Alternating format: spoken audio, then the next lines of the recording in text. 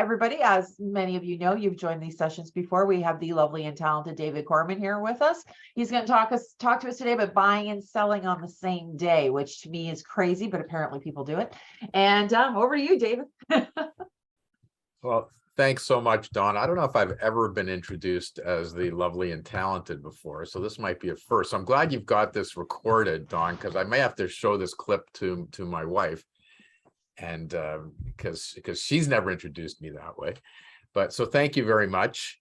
And before I get into this topic, Dawn and I were just talking a little bit about the fabulous gala that you guys had, Century 21 Leading Edge, and I was so happy to be there, and my partner Jonathan Cohen was really happy to be there too. So first of all, kudos to you, Dawn, and your team of putting it together. It was really quite a gala, quite an event. It was a lot of fun. There was a great energy in the room. It was just really nice to see everybody and hear everybody's stories and things. And the food was great and all that. Like it was really fun to be there. And you did a great job, Dawn. Thank you. It's always a great way to kick off the holiday season. Yeah, and it was nice, like the remarks that that Paul made and Tassis made, and I've repeated it actually in a couple other webinars since then that I've done for other places. One of the things that Tassis said that really hit home was that we're in a tough market right now, and I forgot the exact number, but it was something like 30, like the market's down 37%, like 37% less transactions, but what you guys have experienced at Century 20 Leading Edge, you're only down 22% or something like that. So, and that's a huge win. And I love the fact that it was expressed that way, like we're winning because we're grabbing more than our market share. We're doing some of the right things. And that should be encouraging to everybody, because you can't look at last year's numbers and expect you're going to do that this year. And you can't look at this year's numbers expecting to do it next year. Every market is a little bit different. But the fact that you're doing better than the industry as a whole is a really important message. So I love the fact that he said that, and that's what we try to do that here at our law firm. We're looking at our numbers the same way you guys are, like, what did we do last November? What did we do this December? And it's hard when you see month over month that you're doing less than the prior year, but that's just the reality we're in. But then you stop and think, well, why are we looking at last year's numbers? Let's go to the year before that, or maybe 5 years ago. Like, what's a real number? Like, you forget what your real numbers should. So true, David. 2020 and 2021 are complete outliers. Right. And that's such an important thing, that you can't sort of base your business on years like that, because they are complete outliers. And just to your comment about what Tassis had to say, I've been here for 6 years, and I've seen ups and downs as I've been here for 6 years. And one of the things I really love about our management team is that we're always putting a positive spin on it. There's no doom and gloom coming from the top of this company. We're always like, okay, yeah, the market's down 38%. We're down 22%. So we're outperforming the market by 12%. Awesome job. Keep going. Right. Yeah. And I think that that's a really important thing to remember for everybody when the market's doing crazy things like this. Just because it's down, we are still an essential service. People always have to buy and sell houses, right? They may not want to right now, but there's always life events or moving or like job changes or something that will precipitate that. So we're an essential service. It's never going to come to a grinding halt. So just keep finding your opportunities and picking your moments. Yeah. That's enough of my editorializing. I'll shut up now. No, but it's so true, Dawn. And now, like, to me, it's tougher when things are slow in September or October, and even halfway through November, because we're expecting those months to still be pretty busy at my end from closings. And don't forget, we're lagging 2 or 3 months behind what the agents are doing. So we're closing stuff in November that you got under contract in September, etc. But it's one thing to have those slow months. But now we get into December, and we're used to having slow months: December, January, February. In a great market, we're in a slow period every year, and we always say, okay, we're slow. We know it's going to be slow. It's the winter. People are going away. It's cold. It's snowing. All that stuff. And then we just hope and pray that we get to the spring, and we're going to see a ramp up. And every year it happens, that we start getting a little busier in March than we were in February and April, and by May everybody's busy. So hopefully that'll happen this year as well. That for sure there'll be some sort of ramp up. We just don't know how good it's going to be yet, and hopefully there will be. But we know there's a lot of people sitting on the sidelines that really want to buy or sell properties that are trying to figure out what they can afford and what the market's going to be and what their mortgage finance is going to be. And they'll get to a point where they're saying, okay, we're ready to go. So you as an agent have to be ready to go as well, because we will have an upturn in the market sure in the new year, but it may not be January, it may be February, but hopefully by March or April, we're going to start seeing it like we do every year. And right? It's important to note too, guys, that if you look at the infographics that I send out, the monthly ones, prices are leveled. I mean, like the month to month change in prices right now is really small. So, you know, keep that in mind too. And right now it's more of a supply issue than anything else, but prices themselves are not falling through the floor. No, and when it's a lot of the supply issue. Yeah, a lot of the scary headlines that you hear, it's like, oh, you know, down 87%. Listings are down 87%. Prices are not. Right. And some of the prices that people are putting out there are more realistic, real fair market prices in this market than, you know, the days, well, you know, I've got a semi that we think we can get $1.2 million for, but let's list it at 900 to try and get 30 offers on it. Like some of that's not happening like it did. And if we think it's really fair market 1.2, you're probably seeing it listed at 1.2 or just slightly under to try and, you know, look, it's anytime you can get more than one person putting an offer in is always a good thing if you're selling, but more important to sell at a realistic price and move on to the next property. We're moving into a balanced market. Yeah. So I know you're all very anxious to get going with this topic, buying and selling on the same day, but I know you're also all sitting there thinking to yourselves, as I'm listening to David and Dawn talk this, you're thinking, what is David wearing? For those of you that actually looked up. So I got to show you what I'm wearing. This is my holiday sweater. I had no idea that the cheesy holiday sweater had gotten outside of Christmas, and I applaud you. So in our office today, we have, you know, we have normally we have our weekly meetings with our lawyer group and our management group, and then our full staff group. So today we're doing it. It's Ugly Sweater Day, which we do every year. Everybody gets to wear their costume or ugly sweaters, and everybody gets to show it off. And then we vote on who's got the best or the worst. I'm not sure which way it works. And there's prizes and everything. So even though I probably have the best one, I know that I'm not going to win because no one ever wants to vote for the you know, for the boss type of thing. But it was my duty to show up wearing something. So I'm as ugly sweater as anybody else. So anyways, I thought I'd keep it on for your entertainment today. So I think we'll get going on this. Buying and selling on the same day. So let me just get our slideshow going. Oh, by the way, I have one more comment that I really want to make about the gala the other day. Like, I really appreciated many of you, and I hope some of you that were there or fall into this category. I was approached by so many people that night that said, thank you for doing these webinars. I really enjoy it, or I like this one, I like that one, some comments, some feedback, some suggestions. It was really nice having feedback. And it's sort of I'm in a unique position because we've been doing these, you know, remotely, basically, without attending offices. And there's a lot of people I haven't had a chance to meet. So it's important to actually go to these events and see someone face to face. But it was like, people generally think they know me because they've seen me on, you know, 25 of these webinars or something and listen to me and they go, oh, hi, do you remember me? I attended your webinars, and all I see is in a little tiny box and a picture of something. If they even had their camera on. Right, sometimes the camera's even on, but I see a picture and I go, oh yeah, I remember you from, yeah, you were like one of those 70 boxes I saw on my screen. So but anyways, it was fun that for me that so many people came up to me and made comments and introduced yourselves directly, and I really appreciate that. And it's nice to put, you know, faces together and see everybody in person, and hopefully we get out more and I get around to your offices and we have more like direct personal interaction. But thanks again, Dawn, for getting me to the event, because it's huge for me and to meet people directly. David, you're one of us now, so there you go. Absolutely. Okay, so you guys are familiar with our areas of practice. Please contact us for anything we can do to help you out. We're all over the place. I'm going to skip through these because most of you have seen it and you'll get it anyways. Reminder to please tune into our podcasts. Watch it on YouTube, Kormans. Just look up Kormans YouTube. You'll find us. Great library of things. And I mentioned this to quite a few people at the gala too. Like if you can't get something in a podcast, or we haven't gotten to a topic and you want some information, just look for the table of contents. And we've done 71 podcasts now.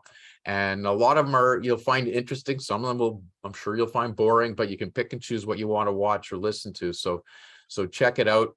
Good way to get information. Follow us. Should I promote myself there, David? Sorry? Should I promote myself there? I'm actually going to be a guest on an upcoming podcast. So you'll all have to make sure that you listen to that. Yes. Yeah. Actually, Dawn's going to be on our sister podcast, which is actually, I should call it my brother's podcast, because it's a podcast done by my partner, Jonathan Cohen, who many of you may have met that night. So he does a podcast called The Chosen Life, and it's really not law centric or real estate centric, although they do, depending on who the guests are, they do get into some of that, but it's really more lifestyle. And it's having different guests on and talking about their life experience and what's their chosen life all about. How did they get to where they are today? And it's really an interesting podcast. And he's got some fascinating guests, some from the industry, some are just personalities, sports personalities, other business personalities, movie stars, like he's a TV star. He's got like quite a range of guests. So that's called The Chosen Life podcast. If you go on the Korman's YouTube channel, you'll see all his material there as well. And so Dawn's really going to be a guest on that one, talking about her chosen life and telling us stories that I can't wait to hear. So first question, do people buy and sell on the same day? Yes. The simple answer is yes. Okay. We've used to do it routinely all the time. We're still doing it quite often. Okay. You got to close your sale in order to have the money to complete your purchase. So a lot of times we're doing that same day. It's just the way the negotiation's good. There's a lot of conveniences. If everything works, there's a lot of conveniences in doing it on the same day. So like I put on this slide printed, the short answer is yes, we do it all the time for our clients. What we want to discuss today is some of the things you got to look out for, because there are some pitfalls. There's a lot of pros in doing it, but there are some cons. So you've got to be prepared for both. Okay. But the answer that you're going back to your clients with should never be, no, don't do that. It's impossible. Like sometimes you have to. So if you have to, you do it. There's ways to do it, but you've got to do it with some warnings, and you got to have a backup plan. So I think that will be the big takeaway from today. So the answer is yes, but there's risks. So that's the risks you've got to be aware of in the same day closings. And I could have been doing this webinar a year ago, 2 years ago, 3 years ago, and it's really the same risks. The difference is some of those risks are coming to fruition a little more often in the current market conditions. So you really have to pay attention to it. Okay. There are certain factors that are unpredictable. There's variables that can change a closing date or make a closing not happen, be able to happen on the closing date. A lot of it, there's certain transactional issues. Most of it these days, the issues are with the financing, and can we get the financing on time? And that's been the biggest issue that we're dealing with right now in this market. And we've talked about it in other webinars that we've done. People think they've been pre-approved for their mortgage, but they didn't carefully look at the fine print. Their agent didn't help them look at that. Their broker didn't help them look at that. Maybe their lawyer didn't help them look at that. Because yes, they're pre-approved, but it's subject to certain conditions. There's a bunch of underwriting conditions that have to be fulfilled. And it's not just about getting them fulfilled before closing. A lot of lenders need it fulfilled by a certain date before closing. They might need it a week before closing in order for them to then get the funds in motion to make sure the funds are delivered on the closing date. Some lenders, it might be 24 hours or 48 hours in advance of the closing date.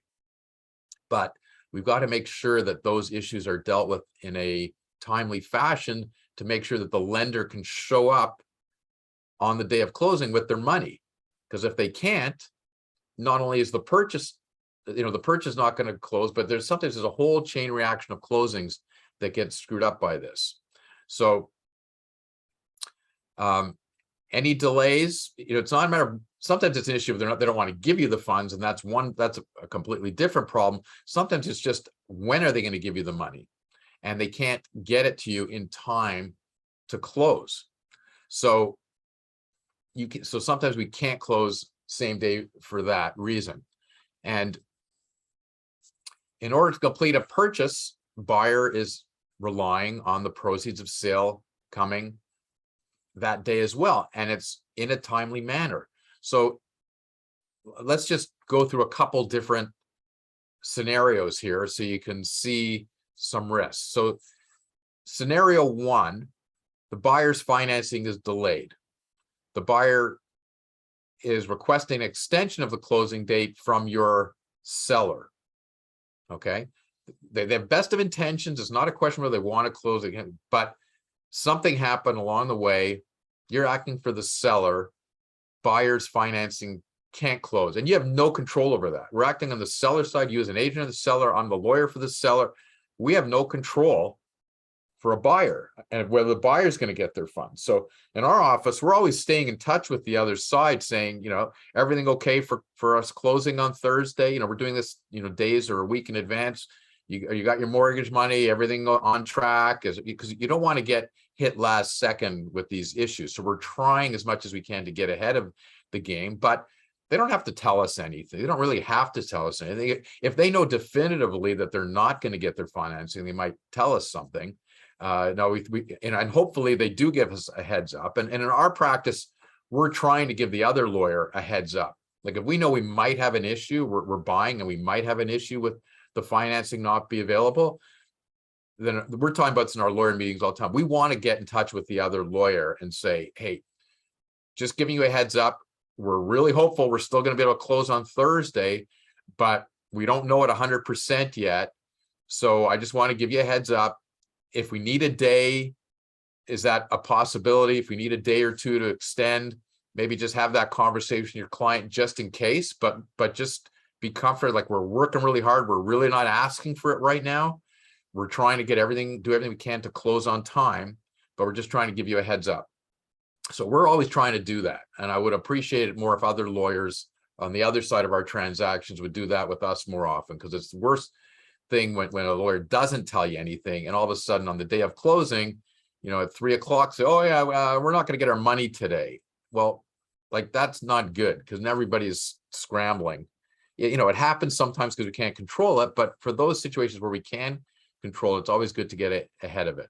So that was scenario number one. Okay, the buyer says, our financing is delayed, we're going to need an extension. Scenario number two is the buyer is defaulting on the agreement because they can't get their money. When they tell you we can't get our money, whether we extend for a day or two or a week, we can't close right now. We don't have a lender that's going to give us the money. So that's a different situation.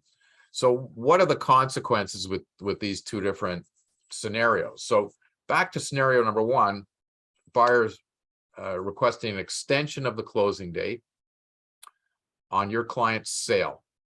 So you in turn, you meaning you and your seller, and I might be acting for the same seller, you as the seller will have to request an extension on your client's purchase. Okay, you're closing purchase and sale same day. You've just been told the people buying your property are not going to be able to close that day. So you're not going to have the money from them that day in order for your client to close their purchase. Okay, so now you have to request an extension. Seller now has to request an extension on the property they're trying to buy. So now if that request for an extension is denied, which it can be because the people you're buying from don't have to agree to an extension. So that puts your buyer in default. So this is all being caused not by your client that's trying to buy and sell, but by the buyer who's needs an extension, who's buying your client's sale property. I hope I'm not confusing anybody by this. Okay, so that buyer needs to extend.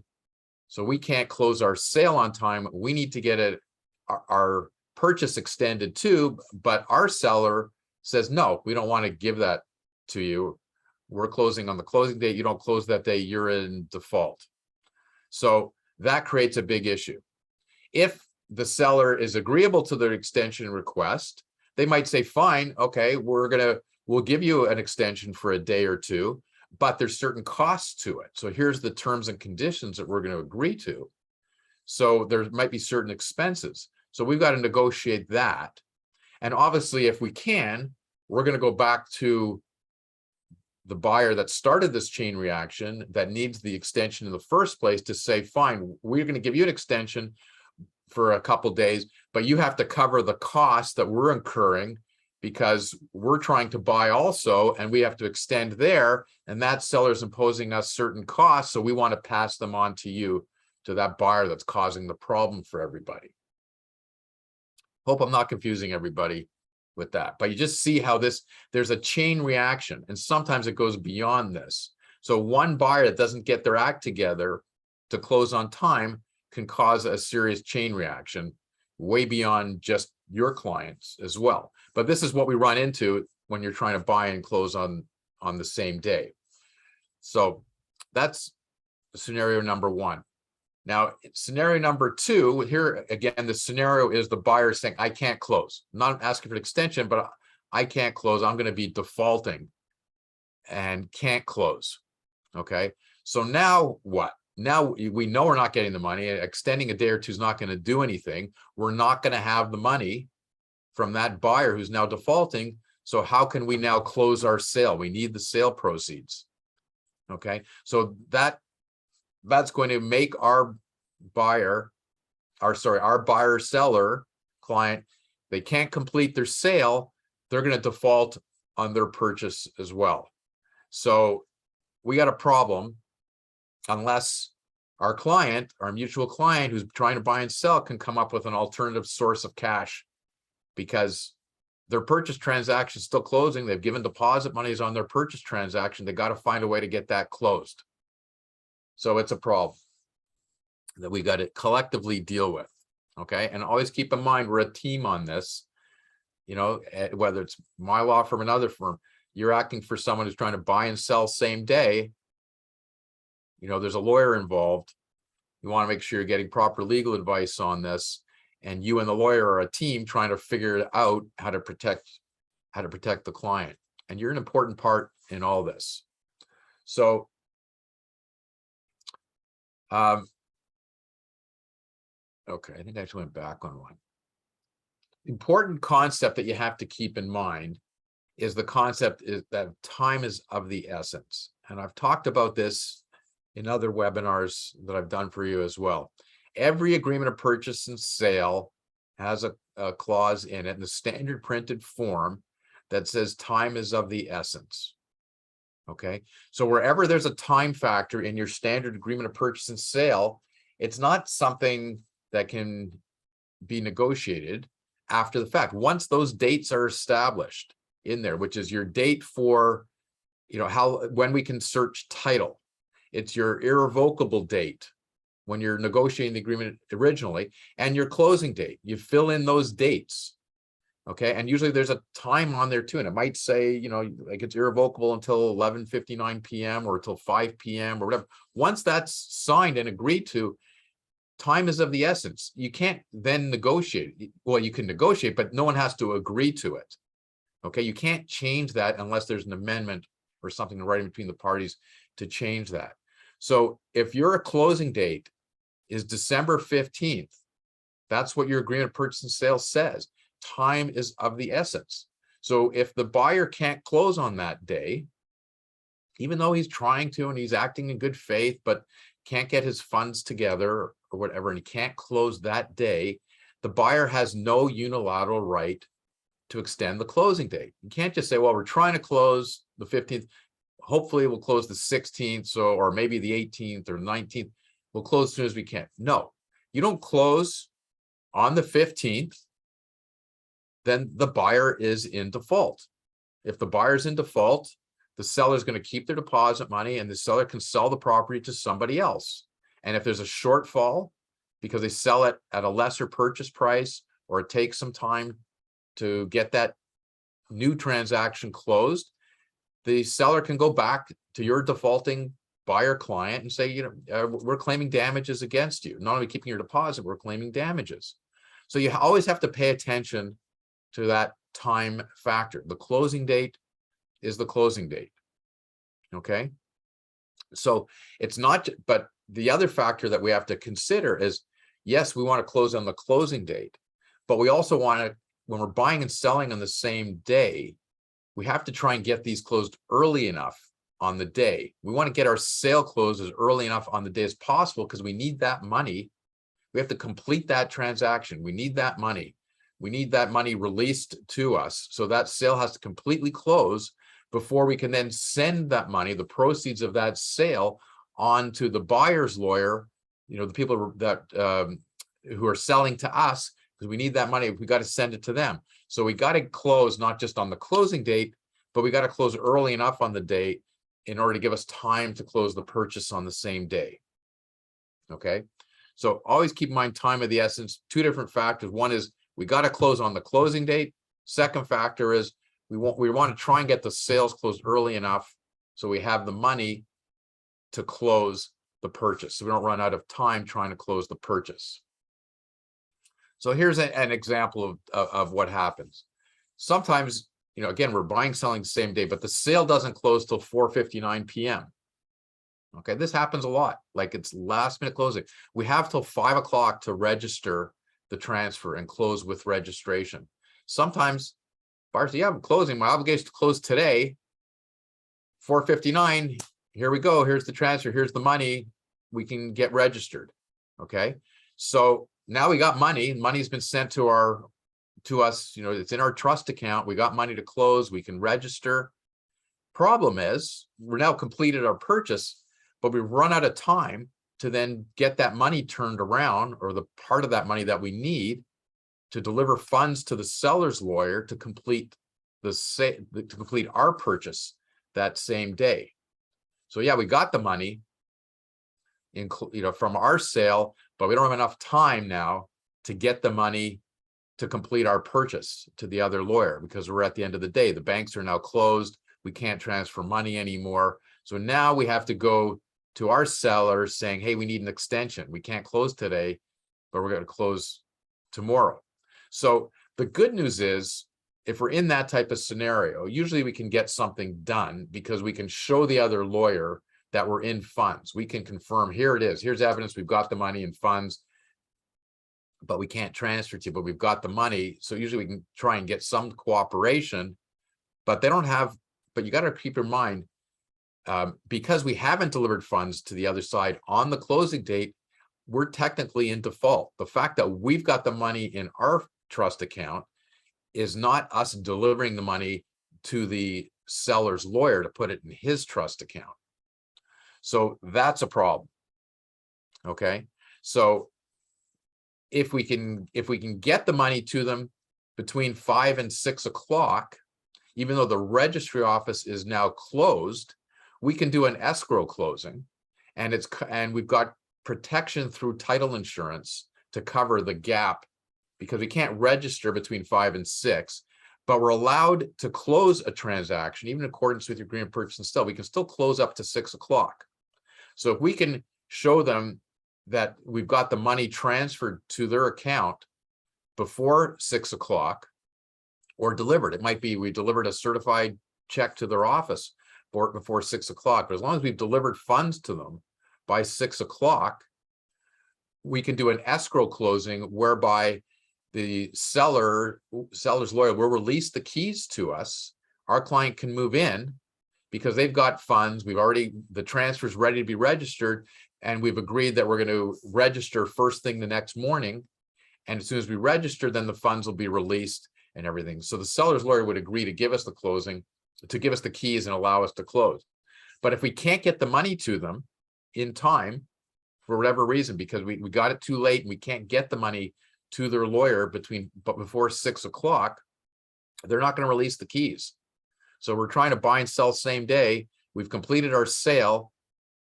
We can't complete our purchase. We can't get the keys. So our clients are now homeless. They got nowhere to sleep, nowhere for their belongings. Their stuff might all be in a moving van. They can't move it in. We can't get the keys to them. So now where's that client going to sleep? Where their stuff's going to stay in storage. It's going to stay in a truck. There's expenses incurred because it can't be delivered to the new house till the next day. And you hope that the moving company that's got it all, that was planning to unload everything starting at 5 o'clock, now it's going to stay in the truck. And you hope that they've got an ability to come back the next day once we close and unload everything then. But there's costs incurred. And in the meantime, the clients, our mutual clients, have to sleep somewhere. So I hope some of you have extra room to accommodate your clients, and see if you're going to offer that to them, because they got to have somewhere to sleep. It might be at a hotel, it might be at friends or relatives, might be with you as their friendly agent. But that's the type of scenario they could run into, and it's something that's through absolutely no fault of their own. Okay, no fault of their own. They didn't start this chain reaction, but they're trying to buy and sell same day. All of a sudden they got stuck. Okay, through no fault of theirs, but they got stuck. Now, you know, can those costs, storage costs, be passed on to somebody? Well, the buyer that caused the problem in the first place, that closed at 4:59, fulfilled their agreement of purchase and sale. They actually closed on the closing date. So even though they delayed everybody, it's not really their fault. They closed that day. They closed on time. We can't pass the costs on to them. So our client that's trying to buy, sell same day doesn't have somebody to go to and bitch and complain to. Of course, they're going to try and blame you or me or somebody, because it's never the client's fault, but they don't have recourse to the buyer that caused these expenses to be incurred in the first place. Okay, so it's just, these are all things that we have to know about so we can forewarn our clients anytime they are buying and selling same day, that sometimes these scenarios come up. And if it comes up, this is what potentially could happen. We'll do everything we can to avoid it. In our law office, we're very aware of these things. We're trying to get that sale closed as early as possible. We're trying to push that buyer and the buyer's lawyer to get their act together, get their money together, get it to us early enough. We let them know that we have to turn that money around because we're trying to complete a purchase that day too. And we're proactive as much as we can be. But sometimes we can't do more than what we try to do, and because it's not within our control. So let's talk about some of the options that we have to consider.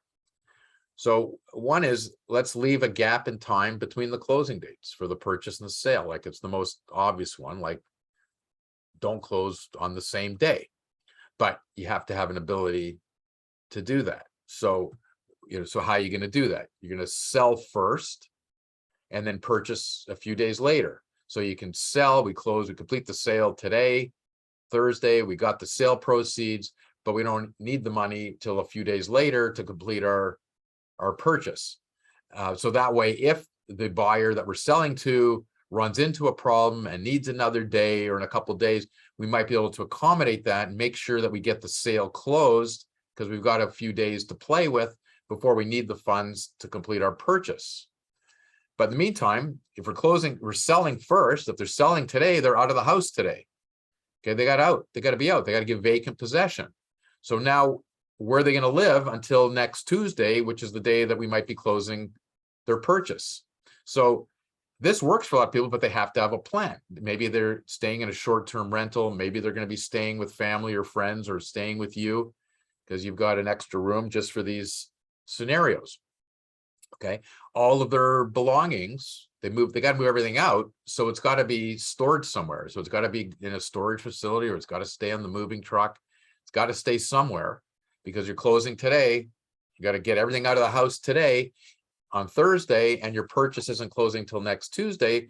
So all of your belongings have to be somewhere for the entry. So yes, this can be done, but it needs proper planning. But it's not necessarily a bad thing to do, because it gives you some leeway, just in case you're the buyer that's trying to purchase the property to complete your sale runs into a problem that we have absolutely no control over. Okay, so you leave a gap that way. So what if you do it the other way? Buy first and then sell. So let's complete our purchase on Thursday, today, because we're not selling until next Tuesday. Okay, so if we buy first, that eliminates certain things. We don't have to put stuff into storage, right? We can just load everything up, complete our purchase today on Thursday, move everything in, and then we got a couple days to clean up the house we're selling, or the property we're selling, and then that'll close on Tuesday. We can actually take our time with the moving. It actually makes moving in much easier, because even if we close today and our purchase, let's say it doesn't close till 5 o'clock, there isn't the pressure of, okay, it's 5 o'clock and now we got to move everything in starting at 5 o'clock, get everything in, get the bed set up and everything in, so we can actually sleep there at night. Because the answer, no, we can close today, but we can move everything in Friday, Saturday, Sunday, Monday. You've got time to move everything in, get the house set up, because we don't have to give vacant possession until next Tuesday. So in a lot of ways, that's a good scenario for people, because it just takes some of the pressure off. Okay. You know, or it might just be we're closing today on your purchase, and maybe they need a day or two to renovate, to clean it up, to paint, whatever they want to do before they start moving all their stuff in. So they got a couple days to play with. So a lot of times it's a really good scenario. It's a lot less stressful. But in order to complete the purchase first, before you sell, for that period of time, they're going to own 2 properties. So that's the scenario that they really got to think about. How do they own 2 properties at the same time? Can they afford to own 2 properties at the same time? So this is generally accomplished by getting a bridge loan. Okay. And the lenders are pretty good about providing a bridge loan, as long as you have a firm sale that's closing. A lot of times these bridge loans are available from a lender. So the lender is saying, yeah, usually it's the same lender that's providing the first mortgage financing to help you provide to close your purchase. So they're giving the buyer the mortgage financing to complete their purchase. But in addition to that, they're giving you a bridge loan for the amount of the sale proceeds that you're expecting for once you complete your sale, which is just a day or 2, or maybe 3 or 4 days down the road. So you're getting this short-term bridge loan in order to accomplish this. So let's just talk about the bridge loan and how that works. Excuse me. So the bridge loan is designed to bridge this gap in time between the purchasing.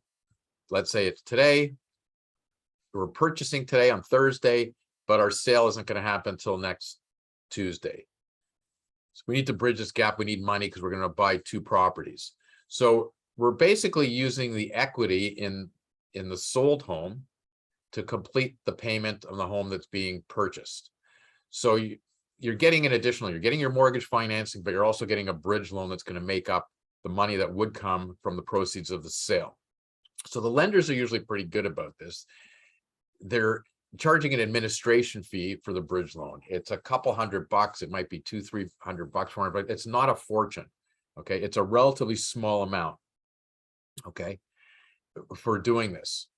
And what lenders usually require is simply a promissory note as security for their bridge loan, and an undertaking from the lawyer that's acting on the sale to repay the bridge loan, including interest from the sale proceeds. So it's a pretty simple process. Okay, it's a couple extra documents. The lender says, okay, we want a promissory note. So we're giving you the regular mortgage financing, new mortgage goes on, the new property gets registered in normal course. In addition to that, they're giving another loan, but it's usually an unsecured loan. The bridge loan is unsecured. So the clients are signing a promissory note. We promise to pay the bank back X dollars. We acknowledge we owe them X dollars, and we're going to pay it back from the proceeds of our sale. And we're instructing our lawyer acting on the sale to pay the bridge loan back from the sale proceeds.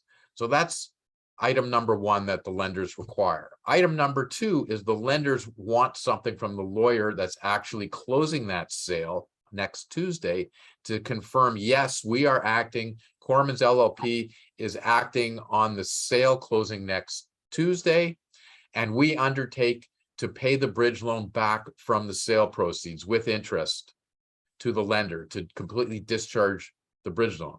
Okay, so we're saying we're not going to give the money from the sale proceeds to the owner, to the seller. We're going to take whatever is required from the sale proceeds, and we're confirming there's enough money from the sale proceeds to repay the bridge loan.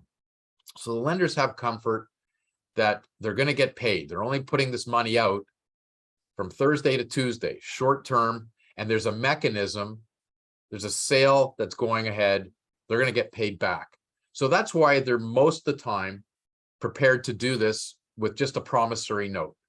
It's an unsecured loan for a short period of time. Okay. Now, if there's a larger period of time between the closing dates, okay, let's say we're selling today, but we're buying today on Thursday, but let's say even the purchase was supposed to close next Tuesday, but it gets extended. Because part of the undertaking that we're giving when we're providing this undertaking for the bridge loan from the lawyer is saying, we're confirming we're closing next Tuesday, but we also agree to let the lender know if we don't close on Tuesday, or if it gets extended for whatever reason, we've got to give them a heads up for that as well. But once we know that there is a larger period of time between the closing of the purchase and the closing of the sale, the lenders might require the mortgage to get registered. They might need more than a promissory note. And sometimes they do it two different ways. Sometimes if it's only, the gap's only a week or two.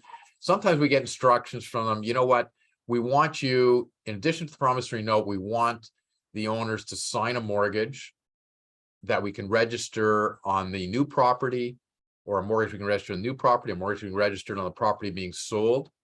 And sometimes they say, have it all signed so it's available to be registered, but don't register it. So if the transaction is closing by December 30th, let's say, they might say, you just hold it in your file. If it doesn't close by December 30th and it gets further extended, then we want you to register on both the properties. So they've got registered security for that bridge loan. Okay, so sometimes it's just a promissory note. Sometimes it's a promissory note with mortgages signed but not registered. Sometimes we want the mortgages registered on title as well. And a lot of times it just depends on how long that gap is. Okay, so obviously, like what's the cost of a bridge loan? So, first of all, bridge loan, it's just this administration cost, and then whatever the interest is going to be for the time period that's going to be. So it's a 4-day loan, the interest isn't going to amount to a lot. Now, if they require additional, there's legal fees as well, because if we're putting a bridge loan on and then we're discharging a bridge loan a few days later, we're charging the clients some additional legal fees for doing it. But I should have checked what our rates are, but I think it's something like $200 or $250 when we put the bridge loan on, $200, $250 when we take the bridge loan off. Like, it's not a huge cost. There's some additional costs, but it doesn't amount to a lot, like not enough to dissuade anybody from doing this. Okay. Now, if we're going to be drafting mortgage documents and getting them signed and then registering those mortgage documents, then obviously there's additional legal fees involved for doing that. We're doing subsearch in both titles. We got a report. There's registration costs from the government. But even with all that, it's not a huge cost, and it should be like a zero factor in whether or not it's a good idea to get a bridge loan. It's still minuscule in the grand scheme of things. Okay, it's never enough that it should dissuade anybody from doing it. Now, believe it or not, we've gone through just a succession of interest rate increases. Okay. So interest rates are still relatively low. It all just depends, what your perspective is. So even with all the increases in interest rates that we've gone through, and maybe they're not done, maybe there'll be another one, it's still relatively low interest rates. We're not talking about double-digit interest rates that some of us who've been around longer have experienced. Okay. So yeah, this was a no-brainer when we were down at, 2% 1% interest rates for a period of time. You get a bridge loan for 4 days or 5 days, like it almost costs you nothing. Like there's no interest. It's so low. It's dollars. Okay. So even now, if the interest rate is higher and you maybe you're paying 6% or 7% or 8% for 4 days, you do the math, it's not a significant cost for a short period of time. It's not a significant cost even if it's for 2 weeks. So even with the admin cost, the interest factor, whether you got to register a mortgage, you got additional legal fees, it all doesn't amount to a lot of money. Okay. But it's great protection for clients to enable them to close a transaction. So what I'm encouraging people in our office, all the lawyers in our office are encouraging people, whenever we get a chance to talk to real estate agents, we talk to people directly that are buying and selling, I'm telling everybody that they should arrange for a bridge loan, whether they're closing same day or not. If closing same day, for sure they should be trying to arrange a bridge loan just in case. Okay, because it's not, hopefully it's not them that starts the chain reaction, but you just never know what's going to happen with the buyer that you're selling to. Okay, that could start these type of chain reactions. So if you have a bridge loan in place and you get this last minute thing by your buyer can't complete their purchase, whether they're requesting an extension or not for a few days, you still have an ability to close because you got a bridge loan. So you can still close. You won't default on completing your purchase because you've got a bridge loan available to you. Now, the good news is with bridge loans, if you arrange for this bridge loan, but you don't end up needing it because the people buying from you actually close on time and you don't need the bridge loan, then you don't pay for it. Okay, a lot of times the banks don't even charge you the admin fee for setting it all up unless you actually go ahead.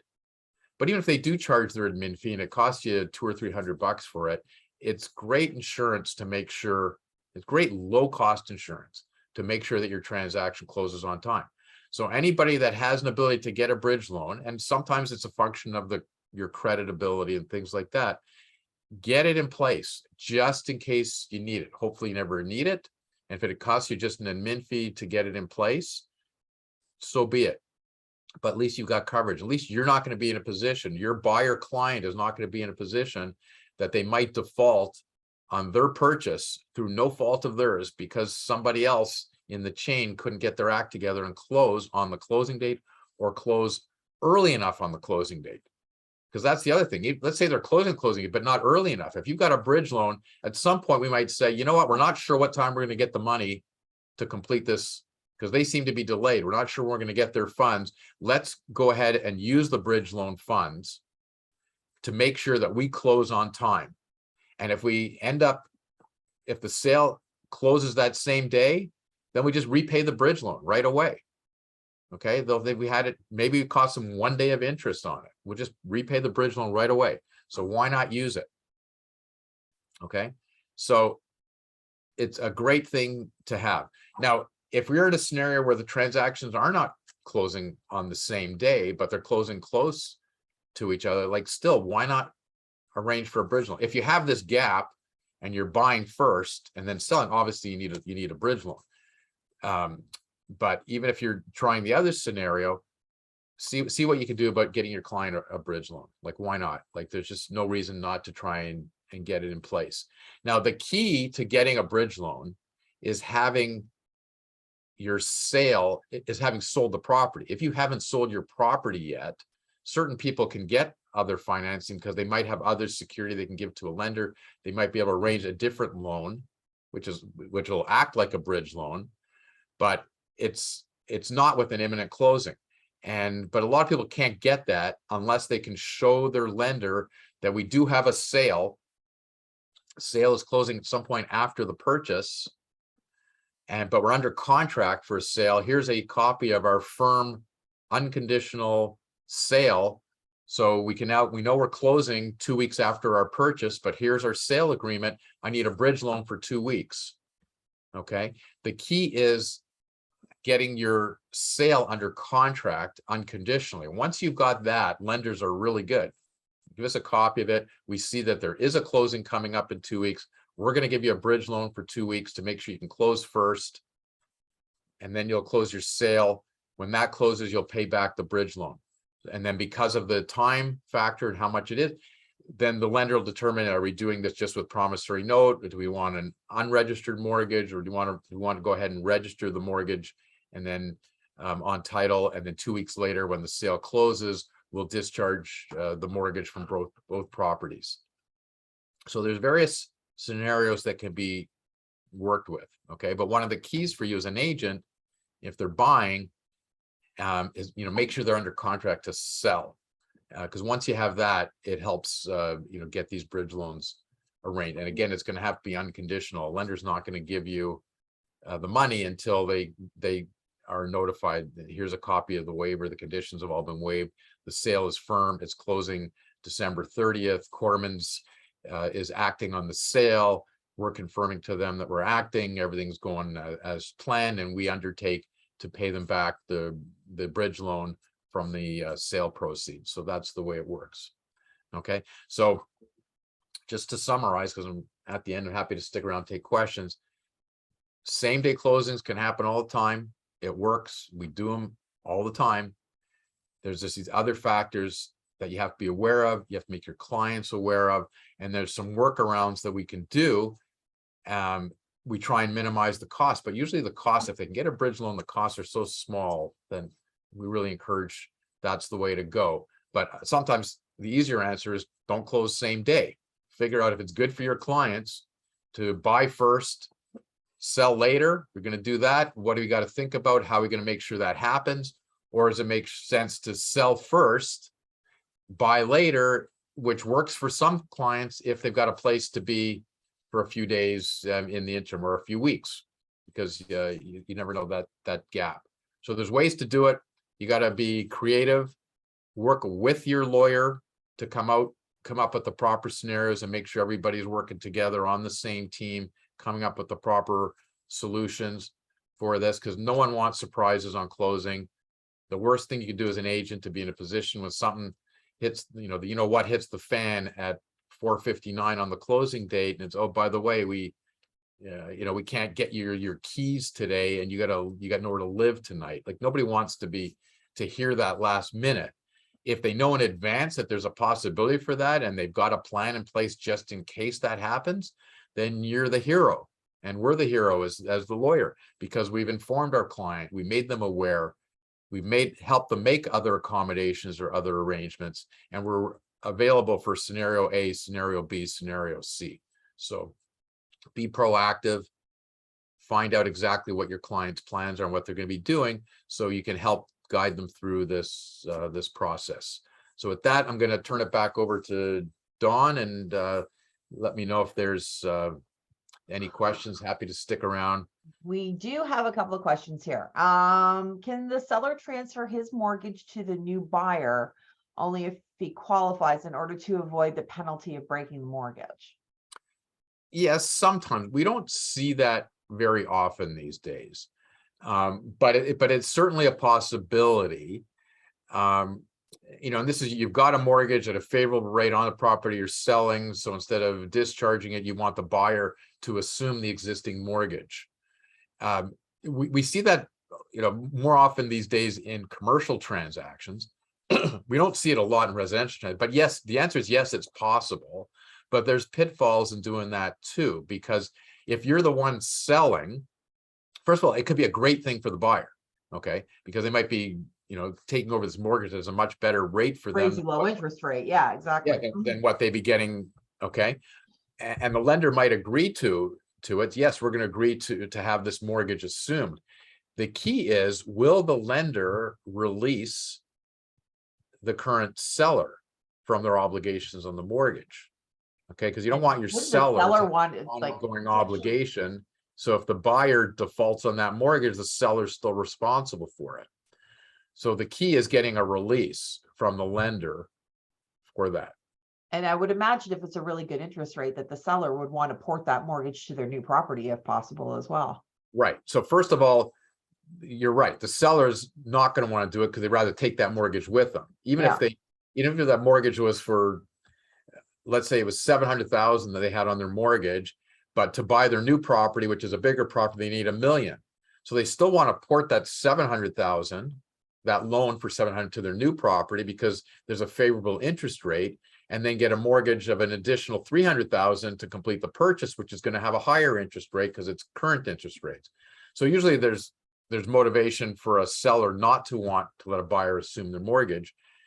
But the other pitfall, like I said, is if the parties are agreeable to it, it's what's the lender's position going to be? Because the lender might say, fine, we'll consent to that, but we're not letting the seller off the hook.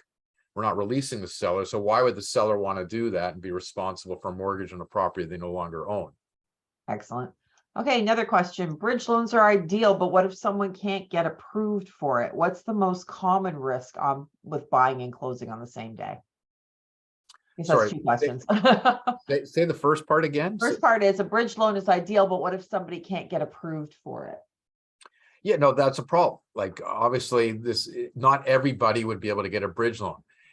Most people, though, if you've got, bona fide firm agreements to purchase and agreement to sell, and it's within a relatively short time of each other, there are a lot of lenders like most lenders will do that because they can see, as long as they can see there's a way to get their money back. So even for people that may not otherwise have great credit, they're prepared to do that because they could put a mortgage on these properties. So if people have bad credit, they're the ones that the lender's not always saying no to. They're saying no to just a bridge loan secured by a promissory note, but they might be agreeable to doing a bridge loan with security. We're going to put a mortgage on both the property you're buying and the property you're selling. And if there's enough equity there, then we're comfortable providing the bridge loan. If there isn't enough equity between those properties, they might still say no, or they might say, well, what else do you have? What, is there other security you can give us or something else you can do? So, and if not them, there might be another lender out there that'll do it. So it's something to chase down and make sure they're working with good mortgage brokers that are aggressive and looking into these scenarios and trying to figure it out.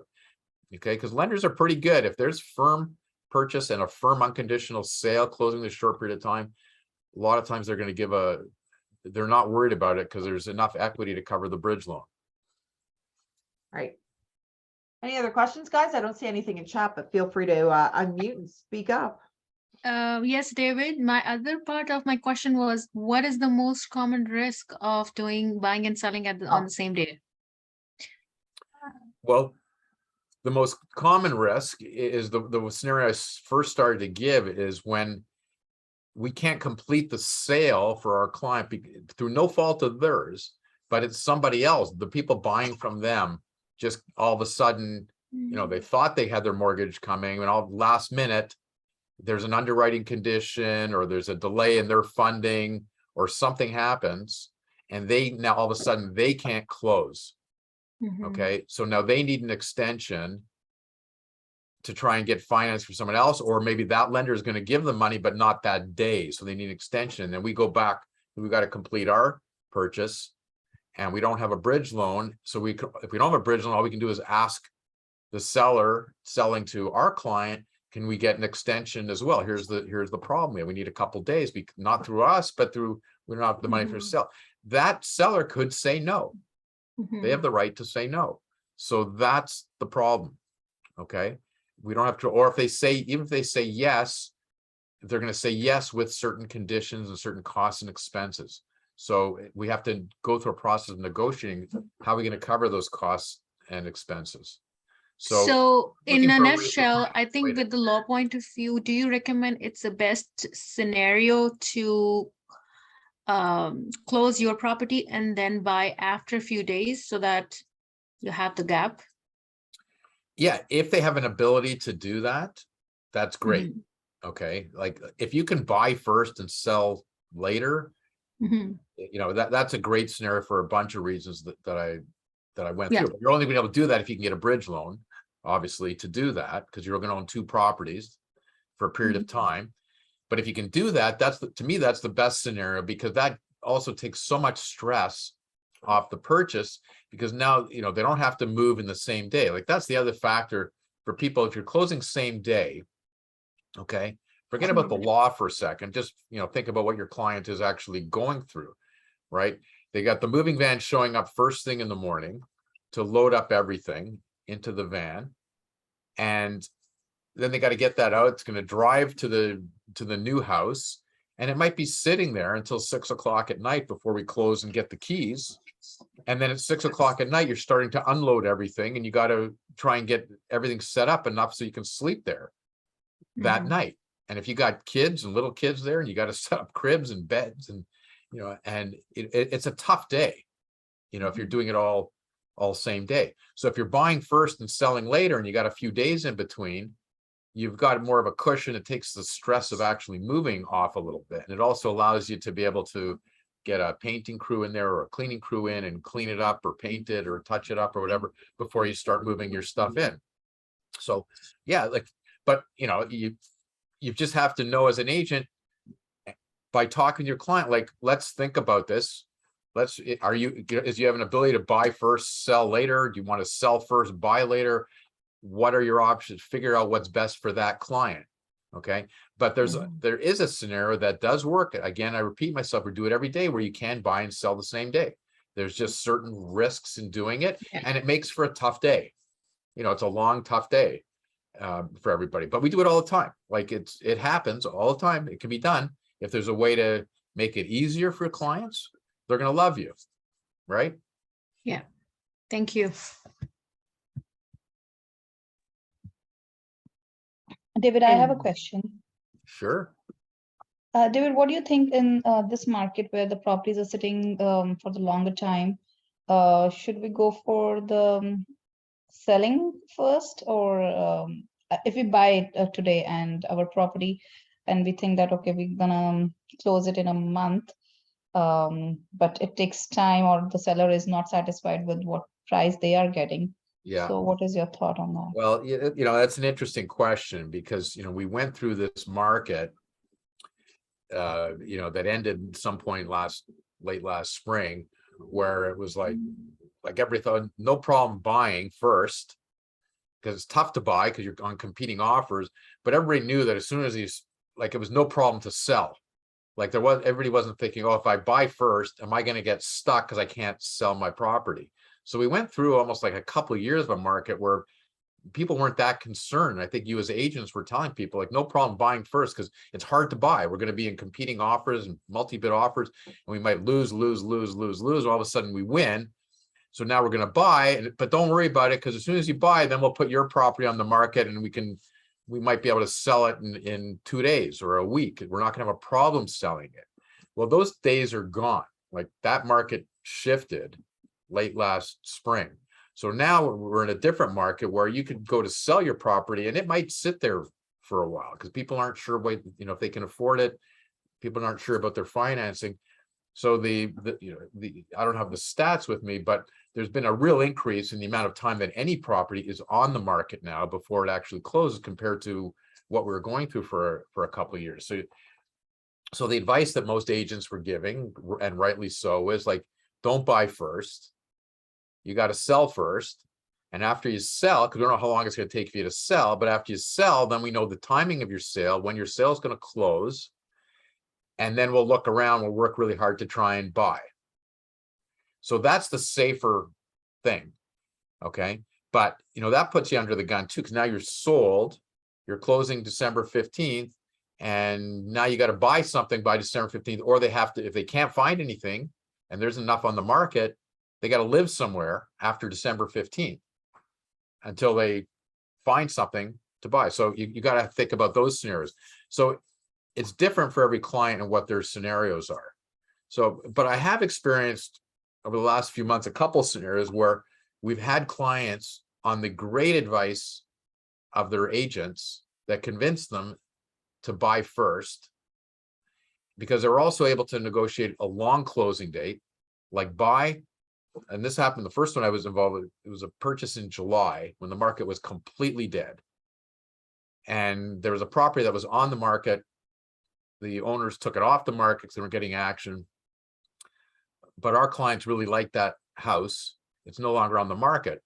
The buyer's agent went to the seller and said, I see you went off the market. And they said, yeah, we're not going to put it back on till after Labor Day. We'll try again then, but we're going to do some repairs, fix it up. We'll put it back in the market then. He said, well, I got clients that really like your house as is where they'll take it right now.